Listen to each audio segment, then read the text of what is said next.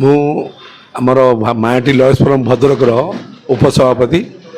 ଆମେ ମାୟାଟି lawyers forum ତରଫରୁ ଯେଉଁ ପିଲା ଆମ ଅଞ୍ଚଳରେ କୌଣସି ଡିଗ୍ରୀ ହାସଲ କରେ କିମ୍ବା କୌଣସି ପାଠରେ 1 ନମ୍ବର ହୁଏ ସମସ୍ତଙ୍କୁ ଆମେ ସମ୍ବର୍ଦ୍ଧିତ କରୁ। ଆଜି ଆମେ ଗୋଟେ ଗର୍ବ ପାଇଛୁ ଯେ ଆମ ଅଞ୍ଚଳର ଭଦ୍ରକର ପିଲା ଯିଏ OS OPSC କ୍ଲିୟର କରିଛି, ଦ୍ୟାଟୁ ସେ ର୍ୟାଙ୍କ 4 ଅଛି, ଯାହାକୁ ଆମେ ନିଜେ ଗର୍ବ ଅନୁଭବ କରିବା ସହିତ ମାୟାଟି ଲୟର୍ସ ଫୋରମ୍ ତରଫରୁ ଆଜି ତାଙ୍କୁ ଏକ ସମ୍ବର୍ଦ୍ଧନା ସଭା ରଖିଥିଲୁ।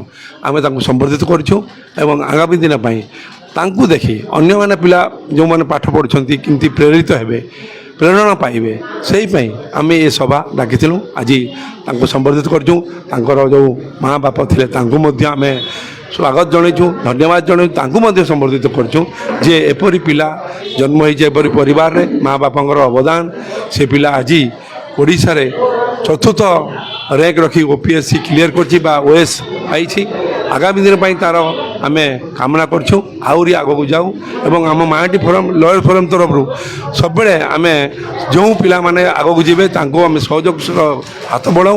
ଆଜି ମଧ୍ୟ ତାହା ବଢ଼େଇଛୁ ଏବଂ ଆଶା କରୁଛୁ, ଭଗବାନ ପାଖରେ ପ୍ରାର୍ଥନା କରୁଛୁ ଯେ ସେ ମଧ୍ୟ ଆହୁରି ଆଗକୁ ଯିବ ଏବଂ ତାଙ୍କୁ ଦେଖି ନୂଆ ପିଲା ଆମ ଏ ଅଞ୍ଚଳର ଆହୁରି ବହୁ ରକମ ପରୀକ୍ଷାରେ ଅଗ୍ରଗତି ହେବେ ବା କୃତକାର୍ଯ୍ୟ ହେବେ।